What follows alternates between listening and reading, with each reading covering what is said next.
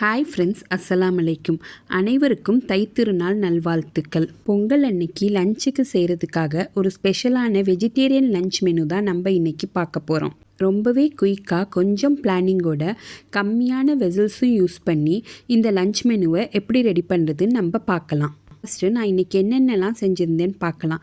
சுட சுட சோறு, பொங்கல் சீசன்லேயே ரொம்ப ஸ்பெஷலாக கிடைக்கிற பச்சை மொச்சை போட்டு புளிக்குழம்பு தான் செஞ்சுருந்தேன். ரொம்ப டேஸ்டியாக இருந்தது. கடலப்பருப்பு புடலங்காய் போட்டு கூட்டு, இதோட ரெசிபி சேனலில் இருக்குது, செக் பண்ணி பாருங்கள்.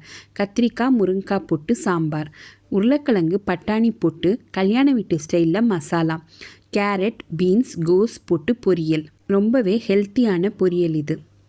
ரொம்பவே கிறிஸ்பியான டேஸ்டியான வாழைக்காய் வறுவல், இதோட ரெசிபி ஷார்ட்ஸில் சீக்கிரமாக அப்லோட் பண்ணுறேன். ஒரு சூப்பரான மிளகு ரசம், வீட்டில் செஞ்ச கெட்டி தயிர், உளுந்த மாவில் குட்டி குட்டியாக சூப்பராக கிறிஸ்பியாக போண்டா போட்டிருந்தேன். அப்பளம், ஸ்வீட்டுக்கு எம்டிஆரில் வர இன்ஸ்டன்ட் பாயசம் மிக்ஸ் யூஸ் பண்ணி தான் பாயசம் செஞ்சுருந்தேன். ஃபைனலாக கரும்பு. ஃபஸ்ட்டு புளிக்குழம்புக்கு தேவையான புளியை ஊற வச்சு எடுத்து வச்சுக்கிட்டேன். டிவி பார்த்துட்டே மொச்சை பருப்பை உரிச்சிட்டு காய்கறிகளையும் கட் பண்ணி வச்சுட்டேன். உரித்த மொச்சையை கழுவிட்டு ஒரு குக்கரில் போட்டு தேவையான அளவு தண்ணி ஊற்றி வேக போட்டுட்டேன். 2 to 3 விசில்ஸ் கரெக்டாக இருக்கும். அதுக்குள்ளே கட் பண்ணி வச்ச காய்கறி எல்லாம் வாஷ் பண்ணிவிட்டு வெங்காயம் தக்காளி கருவேப்பிலை எல்லாம் கட் பண்ணி வச்சுக்கிட்டேன். அதுக்குள்ளே மொச்சை ரொம்பவே சூப்பராக வெந்து வந்துருந்துச்சு. அதை வேறு ஒரு பாத்திரத்தில் மாற்றி எடுத்துட்டு அதே குக்கரில் உருளைக்கிழங்கு பட்டாணி மசாலா செய்கிறதுக்காக உருளைக்கிழங்கை போட்டு தண்ணி ஊற்றி அதை வேக போட்டுட்டேன். இதுவுமே 3 விசில்ஸ் கரெக்டாக இருக்கும். புளிக்குழம்புக்கு சாம்பார் வெங்காயம் பூண்டு எல்லாமே ரெடி பண்ணி வச்சுக்கிட்டேன். புளிக்குழம்புக்கும் கேரட் பீன்ஸ் கோஸ் பொரியலுக்கும் கடாயை வச்சுட்டேன். ஃபஸ்ட்டு புளிக்குழம்புக்காக நல்லெண்ணெயும் காய் பொரியலுக்காக ரீஃபைண்ட் ஆயிலும் ஊற்றிட்டேன். புளிக்குழம்புக்கு கடுகு வெந்தயம் சீரகம் மிளகு ஒரு கைப்பிடி வெங்காயம் கருவேப்பிலை சாம்பார் வெங்காயம் பூண்டு எல்லாத்தையும் போட்டு ஒரு வாட்டி நல்லா வதக்கி விட்டுடலாம். காய் பொரியலுக்காக வெங்காயம் கருவேப்பிலை பச்சை மிளகா கடுகு எல்லாம் போட்டு அதையும் நல்லாவே வதக்கி விட்டுடலாம். புளிக்குழம்புக்கு இன்னும் கொஞ்சம் வெங்காயம் தக்காளி தேவையான அளவு உப்பு எல்லாம் போட்டு நல்லா ஒரு வாட்டி மிக்ஸ் பண்ணி விட்டுடலாம். காய்கறிக்கான வெங்காயம் நல்லாவே வெந்திருந்துச்சு.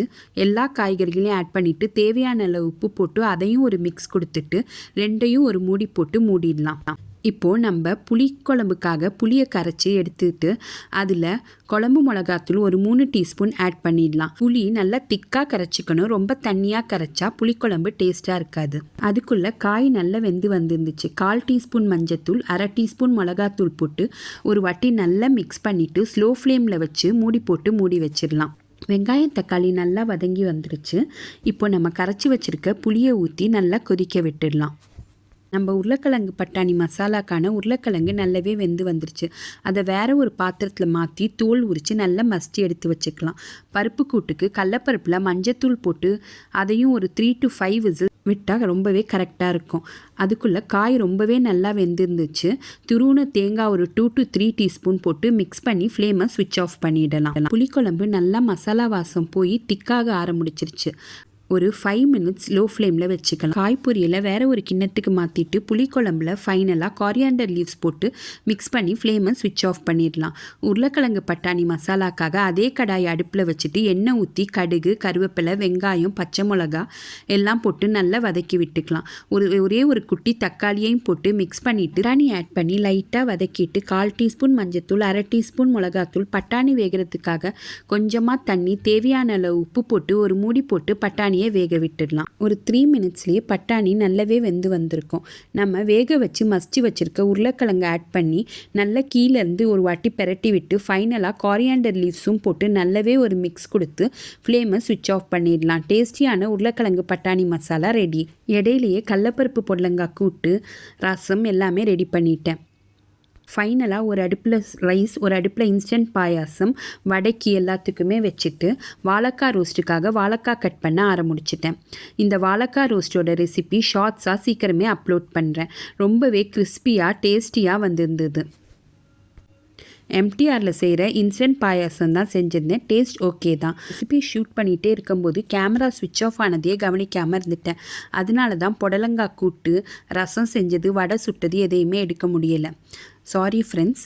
ஒரு பெரிய பனானா லீஃப் விரித்து சுட சுட சோறு, பச்சை மொச்சை, சின்ன வெங்காயம் எல்லாம் போட்ட ஒரு சூப்பரான புளிக்குழம்பு, கடலப்பருப்பு பொடலங்காய் கூட்டு, உருளைக்கிழங்கு பட்டாணி மசாலா, வாழைக்காய் வறுவல், கேரட், பீன்ஸ், கூஸ் போட்ட பொரியல், அப்பளம், சூப்பரான குட்டி குட்டி உளுந்து போண்டா, ஒரு சூப்பரான சாம்பார், பாயாசம், ரசம் எல்லாமே வச்சு பெரிய பனானா லீஃப்பில் சர்வ் பண்ணேன். பசங்க 2 பேருமே ரொம்பவே என்ஜாய் பண்ணி விரும்பி சாப்பிட்டாங்க. இந்த வீடியோ உங்களுக்கு பிடிச்சிருந்துச்சுன்னா லைக் பண்ணுங்கள், ஷேர் பண்ணுங்கள், சேனலை சப்ஸ்கிரைப் பண்ணிக்கோங்க. அன்னைக்கு செய்கிறதுக்காக ஒரு சூப்பரான பிரேக்ஃபாஸ்ட் மெனுவுமே அப்லோட் பண்ணியிருக்கேன். கண்டிப்பாக செக் பண்ணி பாருங்கள். இதே மாதிரி இன்னும் நிறைய இன்ட்ரெஸ்டிங்கான recipes, lunch box ideas, meal plans எல்லாமே நம்ம சேனலில் இருக்குது. செக் பண்ணி பாருங்கள். தேங்க்யூ. Take care.